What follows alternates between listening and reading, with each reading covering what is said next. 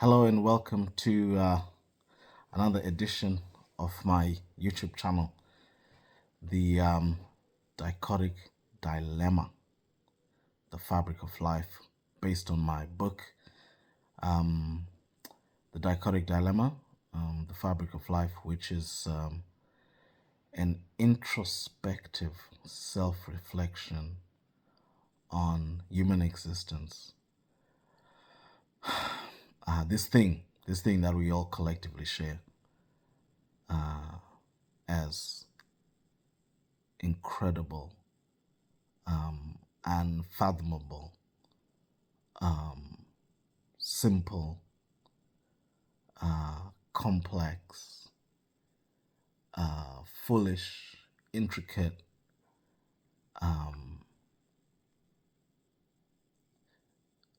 limitlessly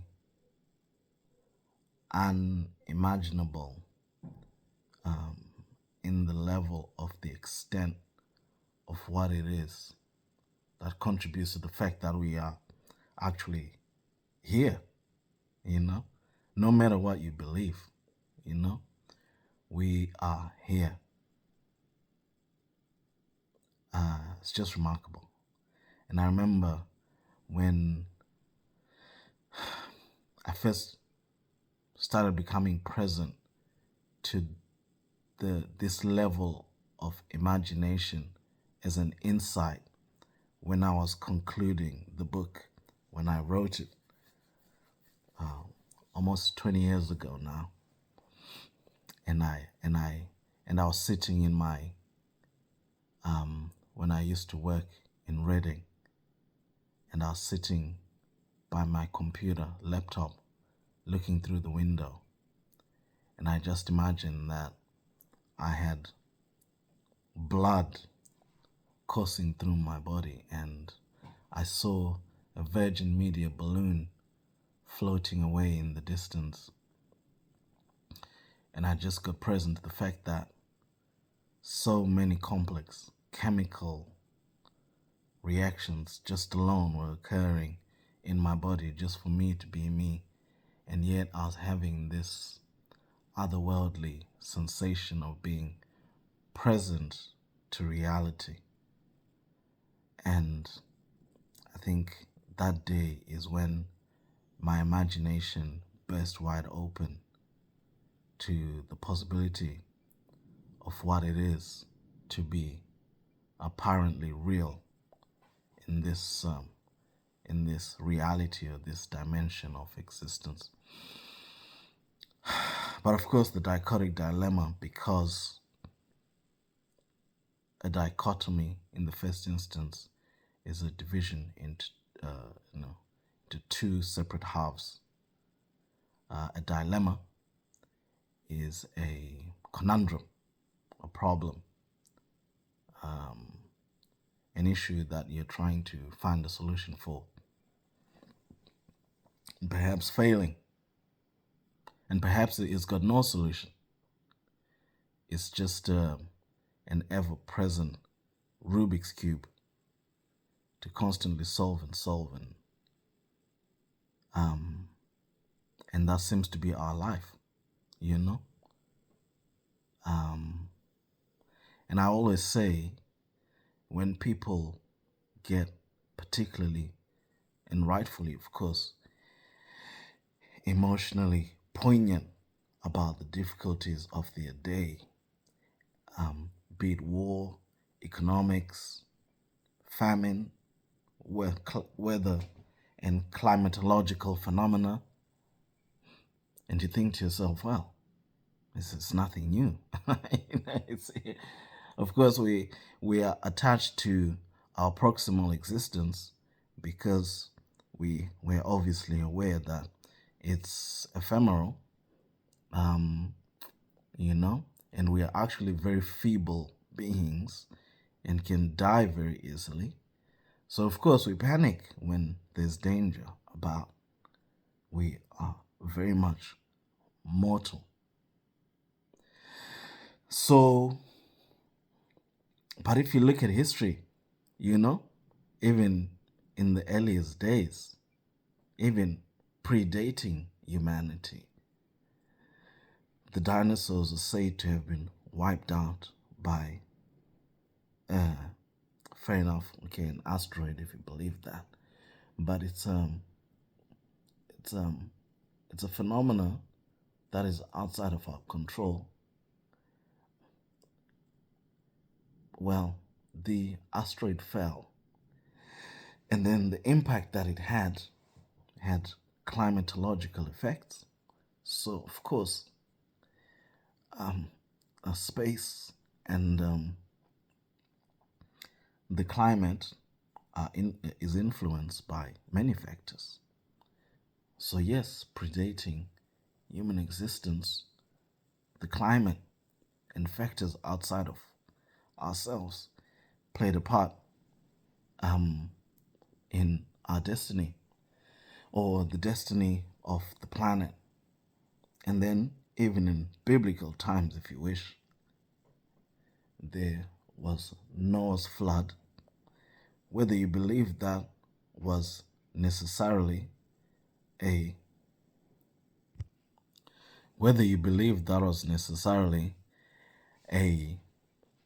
an anecdote of history, depending on your point of view of what the Bible is and things like that, is still indicative of a record of a climatological event,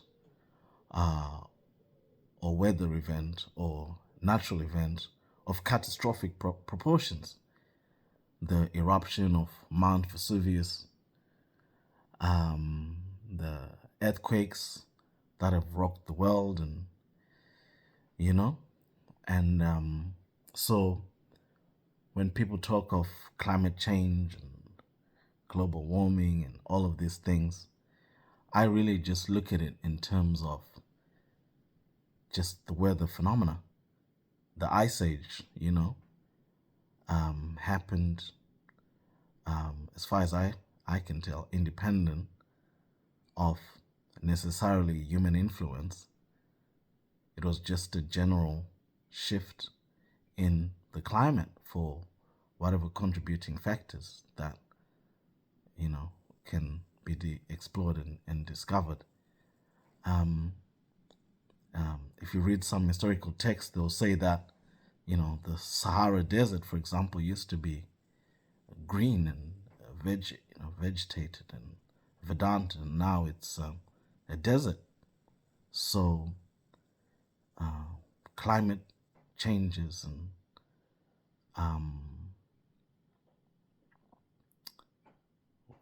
the weather changes, and even the ground moves. The tectonic plates, they shift. Before, they say it was all one supercontinent, Pangea, and now we have all these fragmented continents, which are fragmenting even more. And perhaps in another millennia, we'll have new continents that didn't exist before, as is happening. So, and that's not to say greenhouse gases and whatever, before anyone starts accusing me of being a climate change denier or whatever.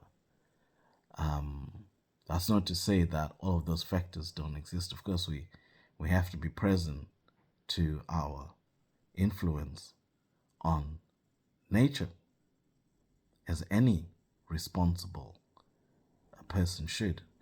You should, particularly when we are so symbiotically linked and reliant on the sustainability and reliability of our natural environment, we have to pay close attention.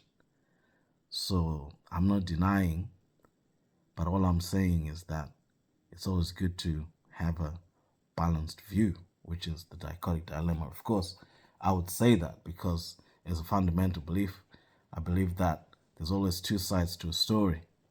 And that's of course the fundamental position of the dichotic dilemma, there being a dichotomy. And that's what helped me in my journey of understanding how my conquerors and, the white Europeans that came and conquered Africa, I discovered our shared humanity through my journey and my writing. So, which brings me to the point of the day, you know. One of the reasons that I wanted to do this particular post today, which is the conflict, the war, the ongoing war between Israel and Palestine, and the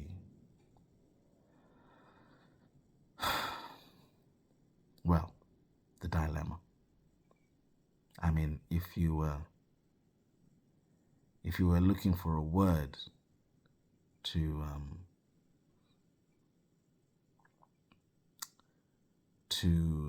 sum up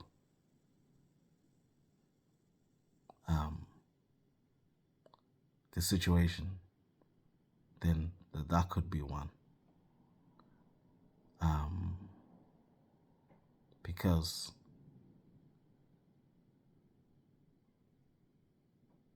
I personally have tried to avoid as much of the back and forth and toxicity and videos and media and press and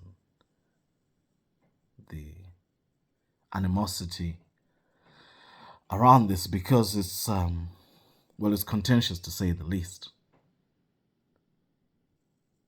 When you could argue from a moral paradigm, and that really just won't get you anywhere really, because you'll get into a framework of righthood and justifiability, which I could do and some could do even better than me, who have a stronger grasp on history and politics and things like that. But that's not the framework I choose to work from, because it's not elevated enough for me in terms of creating final solutions about this schism that is human existence, when the most powerful nations in the world, militarily anyway, economically, can, in the eyes of some, preside over the apparent decimation of a people. And you see the videos of the children under the rubble and things. And of course, without necessarily going into the politics of it all and justifiability and righthood, as an observer, the phenomena exists and is present. It's like seeing a lion eating a baby warthog in the savannah or something, in the African savannah. You can moralize it, or you can just see it as a phenomena in occurrence in this world of ours. And so this brings me back to my initial point, which was to say that war and killing and injustice and right and wrong, and it's not something new. It's not something between races or tribes, or it's just something within people. So what of it? And that's why when I observe reality, I choose to go from the most fundamental contributing phenomena to the highest extent of the possibility of phenomena, to as far as my imagination can go. And then I bring those two polar opposite phenomena together and see that it's just the same thing. As the saying goes, as above, so below. Was it Hermes Trismegistus, if I haven't completely destroyed the pronunciation of that name? But that is the fundamental observation of reality.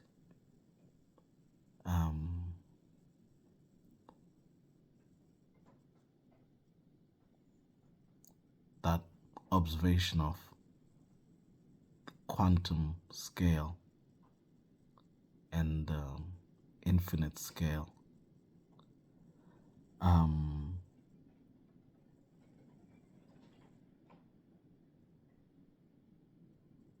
And there's a saying that says that every single particle in the universe constitutes or is constituted by every single thing that is in the universe. So, in essence, every single thing is the universe, and you can take that wherever you want. So, that's how I would sum up the conflict between Israel and Palestine. And if you are a student of history, the savagery and barbarism of human beings is, is a thing to behold, independent of any factor that you would want to attribute, particularly when we try and look at things from politics or race and things like that. The fundamental phenomenon is just that we can be barbaric, just as a boa constrictor would wrap itself around a little rodent and just squeeze the life out of it till the eyes pop out of the sockets, then swallow it whole and its digestive acids consume it till there's nothing left. That is existence, and we are part of it, the ugliness and the beauty. And that same boa constrictor, some people keep as pets to enjoy the beauty of its scales and feed it with those rodents. So to cry about injustice and morality and unfairness sometimes is a matter of perspective. And of course, we as human beings always see some level of exceptionalism about us, but we are unevolved apes in every way. And until we truly accept that and completely collapse this delusion of our civility, this idea, especially promulgated by the Western colonial exercise of some kind of superiority and civilization, which completely ignored the absolute barbarism that was the colonial process, along with any exercise of empire and war and oppression, or just as a father can beat an innocent child, or a mother or a work colleague can oppress another work colleague and bully them and abuse their power and make their work unsustainable. That's human beings. And you think that is happening out there, or someone else is doing it, and you don't see all of what you're doing yourself too. And myself included, I'm sure, to someone that I can't even see. So that's what we are. So I choose now to look up and look for God. Just as we look up to the sky in wonder and look up to the sun in wonder,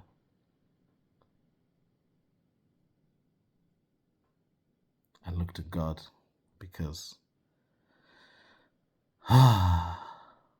what could be more wonderful than the pursuit of the understanding and the closeness to that idea of absoluteness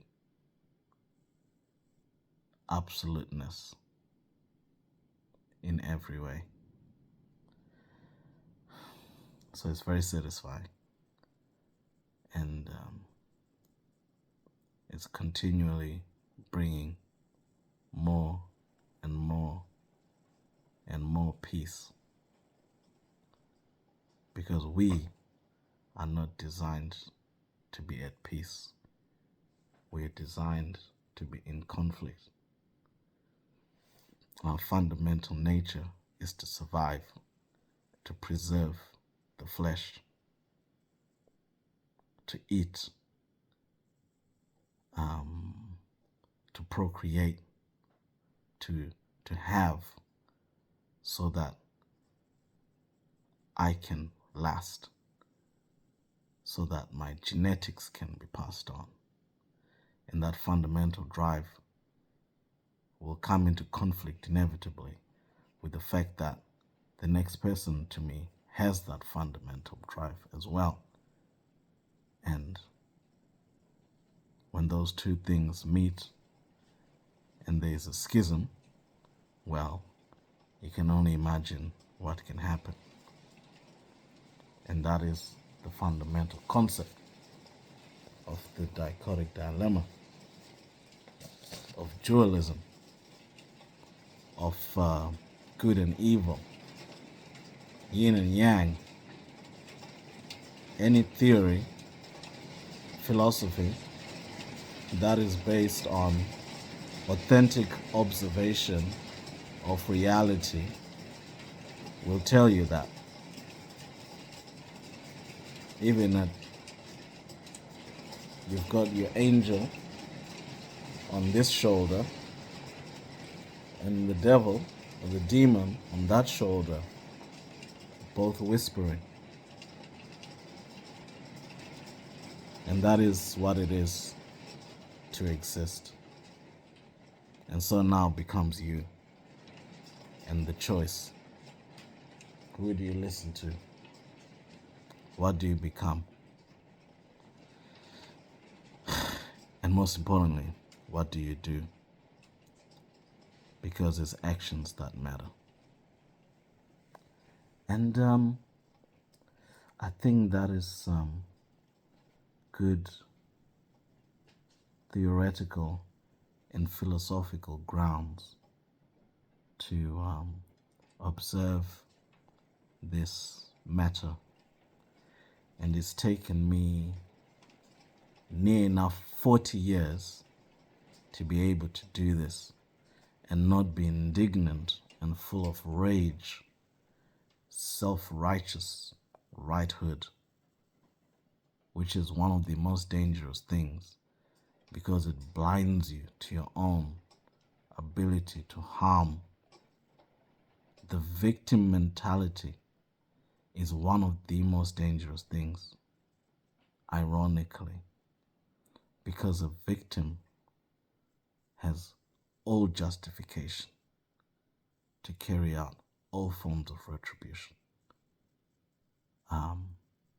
And where is the line drawn for when that hurt is sated? When is enough about the pain that a victim feels has been caused to them? And so they can carry on and carry on and carry on and carry on inside of the mindset of being a victim. And I was a victim. And you're angry. And you're justified. And so I see it everywhere else in the world and in society. Everyone's a victim. And perhaps we all are, just for existing in this life in some ways.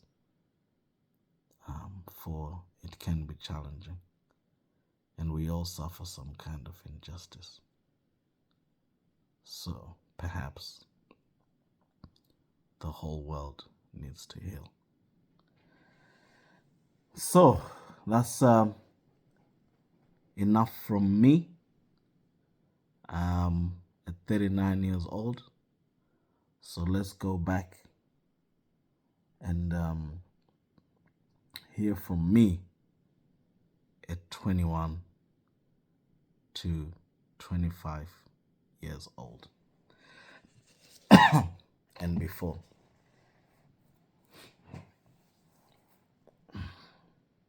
So I'll carry on from where we left the last time. Remember, this is the Dichotic Dilemma, the Fabric of Life, available on Amazon. Please buy and like, share, and subscribe the channel. 2.4. I must either be stupid or really love you, because you've taken away so much of my honor and dignity. I pray there are better days, for today I feel a great pain. Why do you not consider me in your actions? Do you not know my affections for you? It's not it is not ignorance the way you act. It is crudeness and rudeness. I am not a man. I am a fool. For a man would never stand and bear witness to your actions. I've ceased to be a man, for all my pride and dignity has been stripped from me, whilst I stood and watched without moving a muscle, except the muscle that moved as my heart broke. However, I'm not just a man. I'm more than a man. For a normal man sees what is in front of him and takes it as truth. But I am the man to see what is behind it and beyond. For a person's action is not but an action. It is a combination of their experiences, interpretations, and understanding. You have broken my heart and broken it again and yet again. However, you have not known. So for this reason I forgive you. For as much as I have loved you, your love for me has grown in return. Ignorance is not an excuse, but because I love you and I know you, I forgive you. For only you can mend my heart. You own it. It is yours to keep and take care of. As I heal the wounds of my broken heart and pray they heal, I pray the scars build a layer so strong it can never be broken again. I hope you can begin to fathom the task that lies ahead of you. I love you. Make me happy. Make me a happy man. For I love you. That's nice.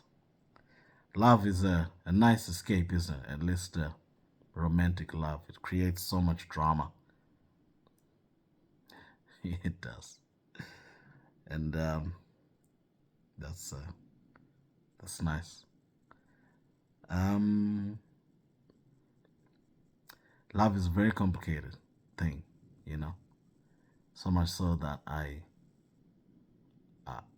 wrote a whole collection of poems of love poems, 100 poems or more, just exploring the phenomena of love. We kill for love, we die for love, we fight for love, we say everything is about love, and yet it causes pain, it causes suffering, it causes happiness. So do we even know what we're talking about? You know? So many wars are fought for love, and people fight, you know, if you find your husband cheating or your wife cheating and you kill, you know, you can even get exempt in some countries or jurisdictions if you kill someone, let's say if you found them cheating because, well, I forget what the legal phraseology is, but it's classed in a way as a momentary madness, which is in a way understandable because it's not premeditated. But again, the causal root is what supposedly love. So what is this love thing? You know. And the same thing with this Israel-Palestine conflict. You know. I'm sure there's a lot in there about loving this and loving that, and defending this for the love of that. And I'm sure if you spoke with on either side to some kind of ardent person in their position, they'll talk about the love of their people, or the justification for their actions being in the name of love of something. So what is it? So anyway, as in the book, you know, I write poems and then I explain them. As ever, we always come back to the concept of love. So poetry and prose. You know, I wanted to understand my internal angst when I was a young man, and that's how I did it. As ever, we always come back to the concept of love, and saying that this is what I hope for many of our lost young men. It's such a complicated world. My salvation was a stable home, a strong father, a loving mother, and a galaxy of family support, because the intensity of my feeling and emotion was enough to drive me into any direction of destruction or ruin or anything like that.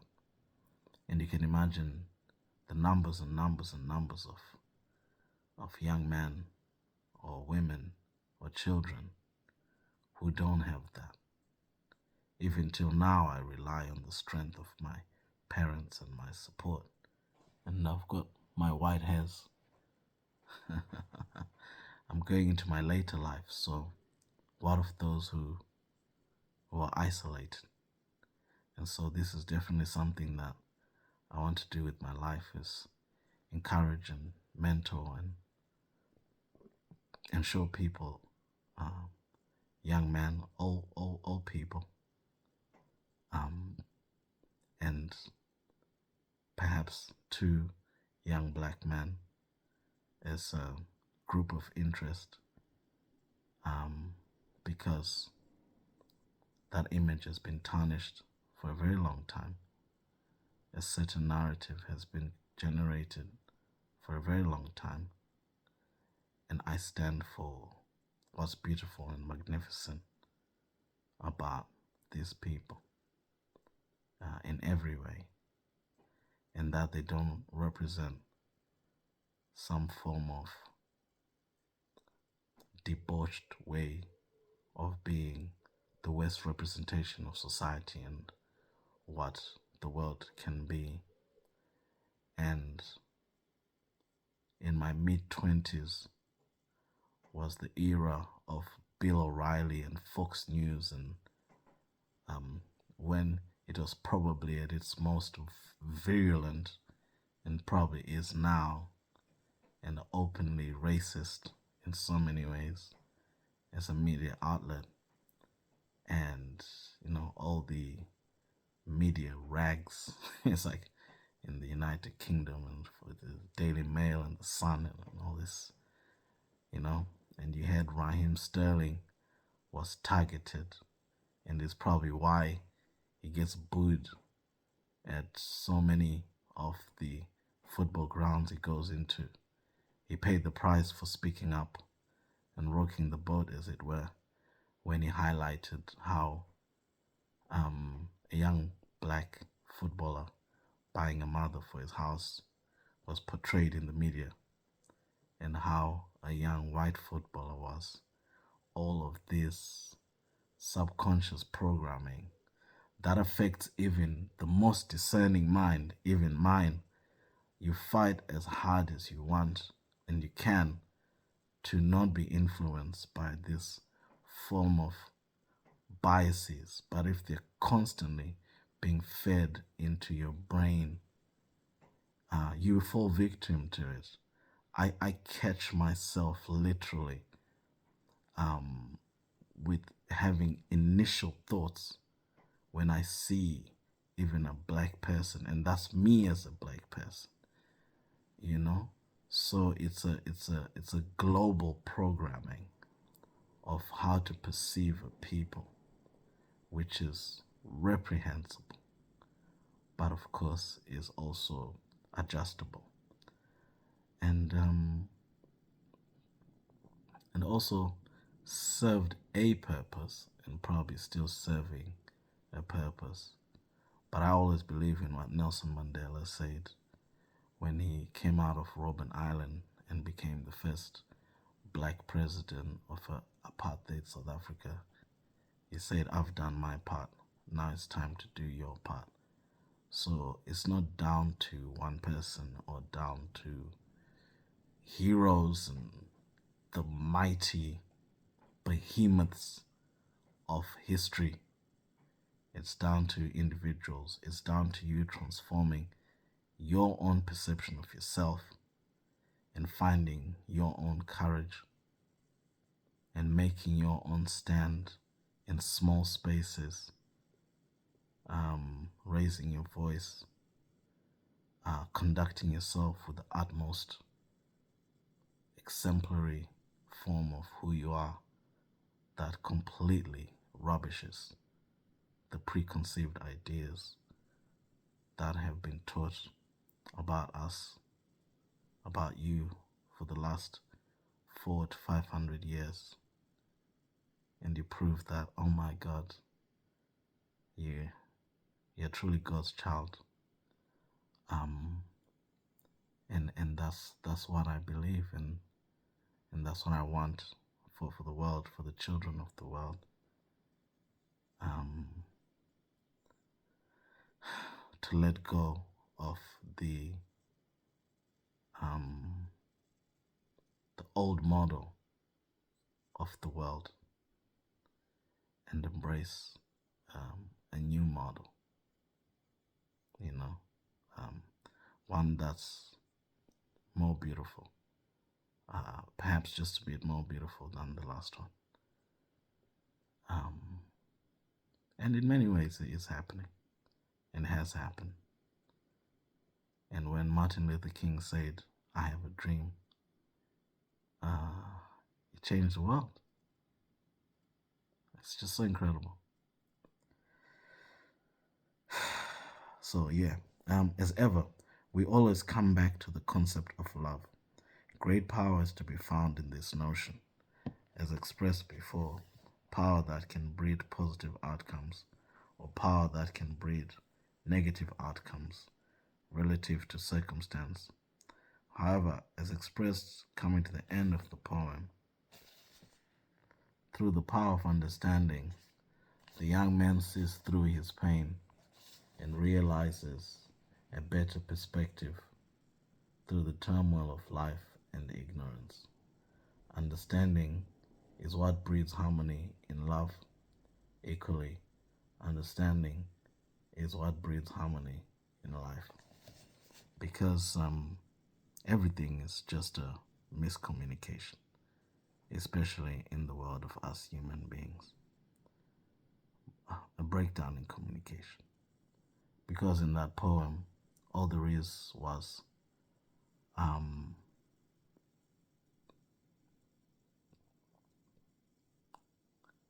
however she was being and he was perceiving it. It wasn't intended. So there was a breakdown in communication. Yet it was causing the pain. So, what is the saying? That to make relationships work, it requires communication. So, 2.5. You should never forget. Forgive, but never forget. Everything you go through is your guide, a catalogue of events that show you what is right and what is wrong. That made you happy, that made you sad. If you forget, you are bound to repeat what you have done, because that is where your fundamental human nature guides you. Learn from your mistakes, for you are doomed to repeat what you do not endeavor to never repeat. Through the ages and today, as we continue to exist through time, we exist as disparate entities. We have waged war and killed one another since time immemorial. The victors enjoying dominance and the spoils of victory. At times, unspeakable acts of severe brutality have been committed as we wage war, because war and fighting shifts to an extreme, a negative extreme, what is perceived as right or wrong. Killing becomes normal, and methods of killing arise, each as dastardly as the other, and some worse. Biological warfare, germ warfare, unspeakable instruments of death, which at times have ramifications that echo far into the distant future through their negative effects. Like in Cambodia and Vietnam, you still have the unexploded bombs from the American bombardment of the Ho Chi Minh Trail and all of these sort of things. I think something in the region of some astronomical number. Said 5 million? No, it's more than that.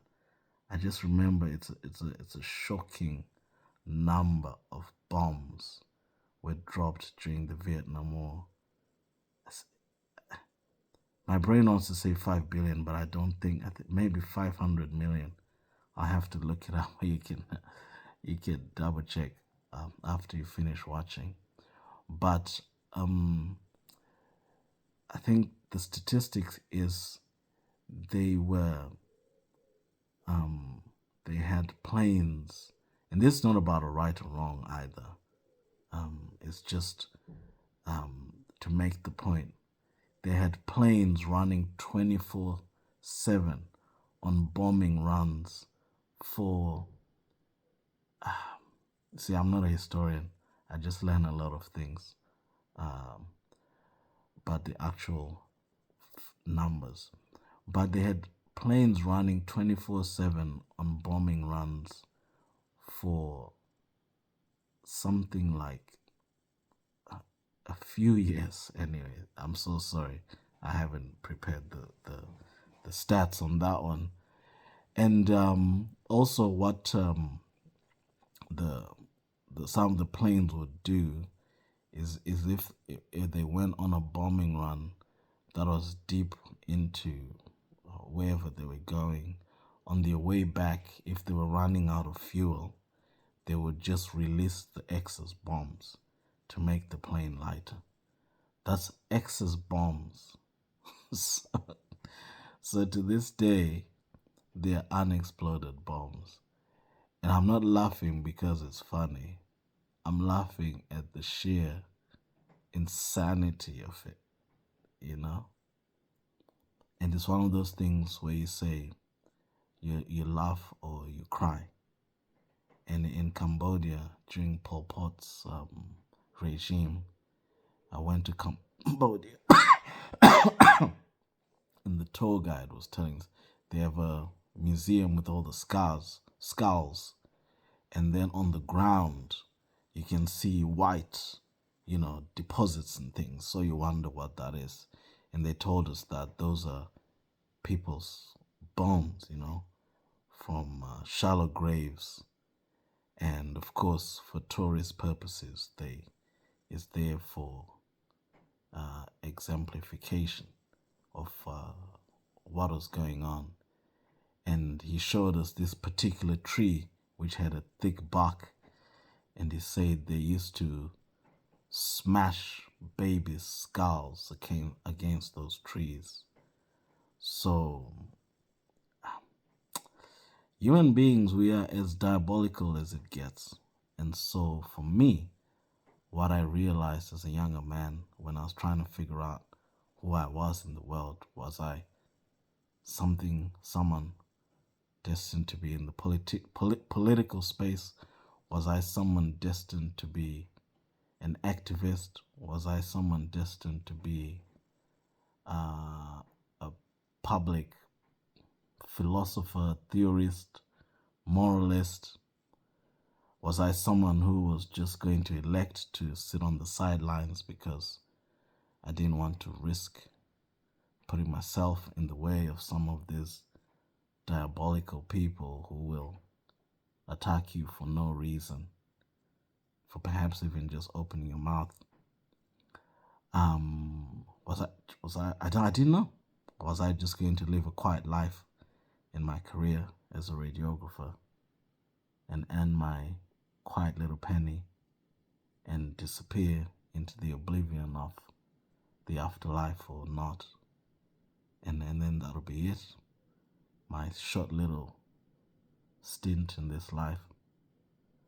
And so I suppose now I just live in the manifestation of destiny.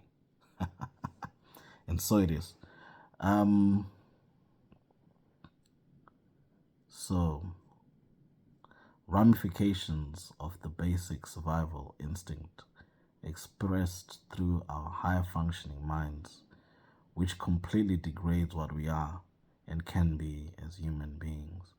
Also, this is the point I was going to make. So, what I finally figured out was that the ascension or the transformation of the human race isn't political. No politician is going to bring it your salvation. It isn't economic either. You can have all the money in the world, but there's enough references in life that, yes, money is good. As Kanye West says, money is not everything, but having it is. Very wise words. You can live in the largest mansion and have all the cars parked outside and take your own life. Michael Jackson had a zoo and all things, And what's that Dave Chappelle, one of his recent specials, is it Anthony Bourdain and he expresses the life of Anthony Bourdain, a celebrity chef, traveling the world, eating the best food,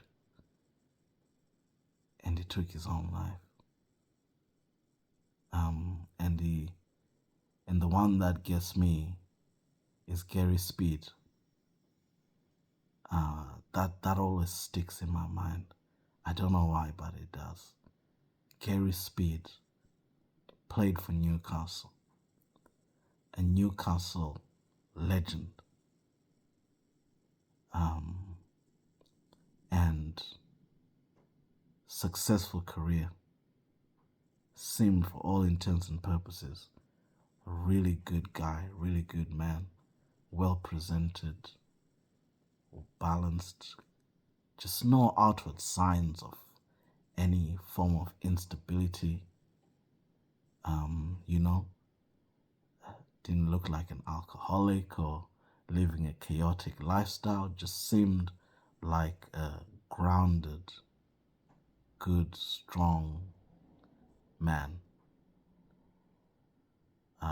Strong just being a description of someone who has their life in order. And then he goes on to manage his boyhood club. I mean, that is the pinnacle of self-attainment. Maslow's hierarchy of needs. He was right at the top of the food chain. Self-actualization. And the club was doing well, if I remember correctly. Not in a relegation fight or anything like that. So you can imagine he was living like a demigod, walking the streets of Newcastle, conquered life. And his wife and children walked in to find him having hung himself.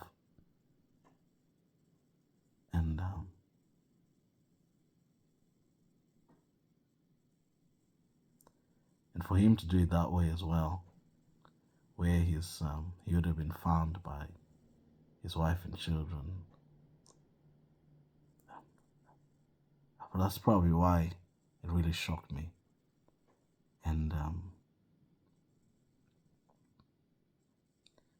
And so you ask yourself, so money, success, well, material success, so what was missing? I don't know. But for me, my perception is that our salvation is a spiritual one. It's the ascension of the human consciousness to a high level of perception and understanding. Because at the moment we live and we are barbarians. We are a barbaric species.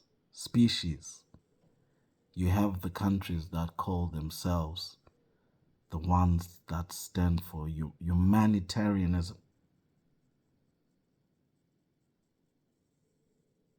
And quite a lot of those countries have lost that moral stand. Well, if they ever had it, to be fair. And that's the same for anyone, really, any human being. We are a fallen species, a fallen people, a fallen consciousness. So,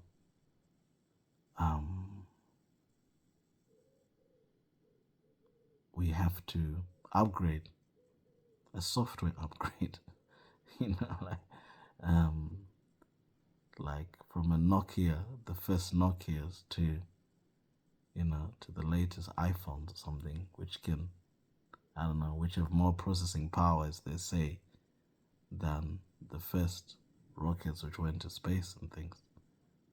That's what we need, in a spiritual sense, in every sense, in our shared collective perception of who and what we are in relation to each other, in relation to ourselves internally, as an organism, as a spiritual entity. as an existential construct.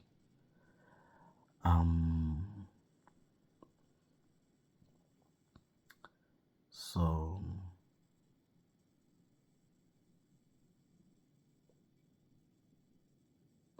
ramifications of the basic survival instinct expressed through our higher functioning minds, which completely degrades what we are and can be as human beings, distorts balance in our collective existential plane, and brings to light the extremes of the dichotic dilemma. Others have been enslaved and rose against their captors in a never-ending cycle of human existence. The same story repeated in different situations throughout time, throughout the world.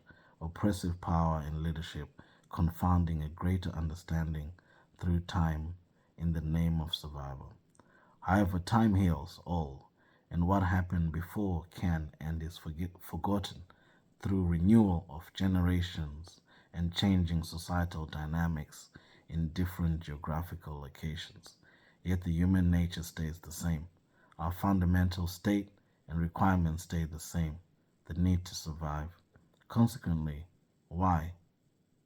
We are doomed to repeat what we have done before if we do not always look back in history to learn from our mistakes. Genocides, mass murder, oppression, slavery, all part of our past, present, and future if we do not learn from the past and negate our lesser selves. This is why pain is a teacher. Through suffering, understanding can be gained by observing the factors that contributed to that suffering, bringing balance to an unbalanced state. This also is the power of forgiveness, on the basis that forgiveness is a function of understanding, looking through the actions of the transgressor, understanding their motivations, learning from them, and moving on positively and constructively with the knowledge gained from the pain. Forgiving is more use to the transgressed against because they carried the pain. Forgiving someone is a function of self-empowerment as it allows the transgressed to relieve themselves of the pain inflicted through your understanding. Through understanding. As long as you hold on to the pain and anger, you stay at that stage. And again, nothing,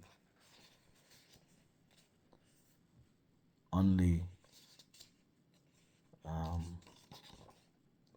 and gain nothing, only potentially a need to revenge, which yes can be a way to readdress the balance, but in a negative way.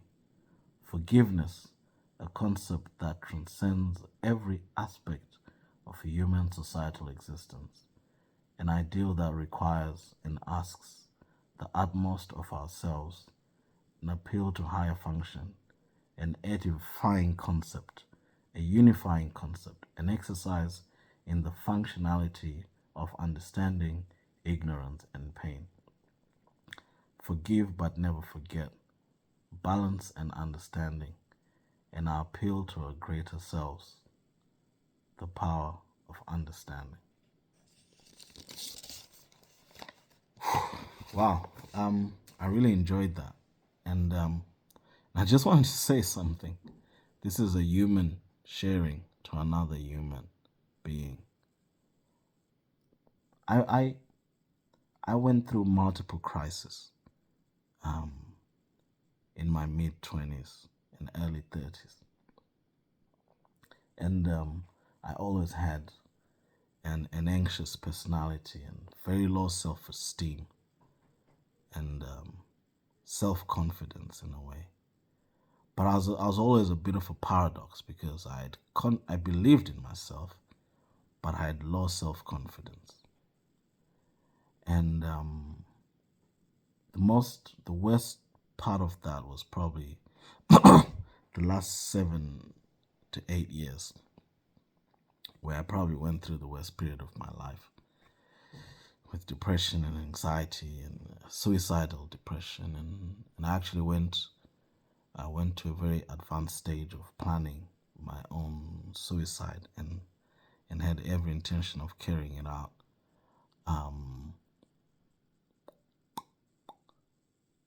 to the last 8 hours, which basically was a night's sleep, and I was going to carry it out the next morning. But I had divine intervention, is the only way I can describe it. But I say that to say this. I've had a profound experience reading that. And I've gone through periods where I lost complete belief in myself that I took this book down from Amazon at least 4 times. I'd go through a bout of utter dejection. I went through years where I couldn't even open a page because I was scared it was stupid and it didn't make sense, and what was I even writing? And then I'd have, I'd rise up again, then I'll put it back on Amazon, tell the publisher to put it back on, and then I'd go down again. Then 4 times that happened. And yet today when I read it, I was reading it. First of all, I can't believe the clarity of thought of someone at that age, at 21, to have the application, because it took a lot of effort. I wrote everything, edited, re-edited, reread, rewrote. I did everything myself, paid an independent publisher, an incredible level of commitment to get this done. And to have that level of focus and that application to the world's problems at that age, with that level of introspection and perhaps even understanding. I say it as an observer, not as someone who is aggrandizing myself. It's actually to say that how did I almost give up when I was that young man? How could I not see that? And that's why I personally always see the greatness in people, the goodness in people. I seek that out, which sometimes I pay for because, people can let you down sometimes. And I'm sure I let people down as well on occasions. But that's why, because I could have given up on my life, and God has given me another opportunity to have a crack. And I'm like, wow, I wrote that, or at least I was inspired to write that. And I might not have been here. It's when is it? It's at least a year and a half ago now. So what are we in March? So March last year. Yeah, almost coming up to 2 years where I'd made up my mind to take my life. So it'd probably be coming up to almost 2 years of the anniversary of my death. Self-inflicted. And yet here I am. So basically what I'm saying is, don't give up. And believe me, there looked like there was no way out of the situation I was in. It just, and it didn't look like that for 3 months. It looked like that for 7 years. 7 years. I remember I went to one of my acquaintances, organized my first poetry reading for Ottilie Rose. One of the most incredible days of my life, because I felt like I'd lived my life's purpose. And I remember one of the girls said to me, or the attendees, one of the ladies, I was sharing about myself and my life as we were reading the poems and what inspired some of the poems. And she said,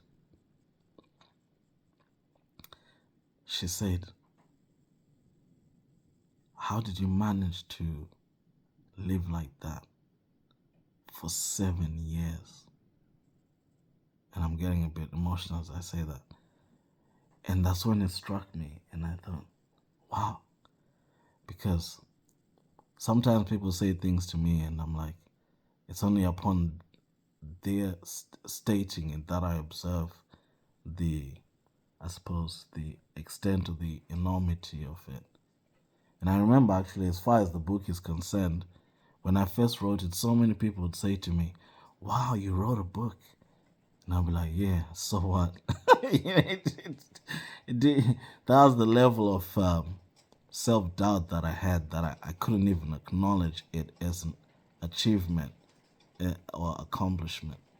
And we're all like that in certain ways and in some ways. And I'm like, just believe in yourself and don't give up. And, ultimately, this is an opportunity it's an exercise to discover the greatest thing about yourself that you can be. Like this, that's why Maslow's hierarchy of needs is just lasted the test of time as a model for human existence. Like this Polish man I just learned about, who has what did he do? It was the first man to kayak the Atlantic Ocean or something, 5,400 kilometers, just using his arms or his body rowing. And he did that 3 or 4 times or something. And then he died climbing Kilimanjaro at 94. I mean, it's just inspiring. We all have an element of something that inspires us or pursues, or we can pursue, even if it's gardening. It's, yeah, some people climb Everest with their bare hands or something, like Alex Honnold climbing vertical cliffs with his fingers. Hey, well, how does he even do that? And yeah, and some of us is just to look after our parents, or if your loved one is ill, as one of my close friends does, and that's it. And that's your Everest, or to even just survive yourself, like I have to do. that's my that's that's my challenge, to survive myself. And yeah, so just I think this is why in the Bible suicide was a sin.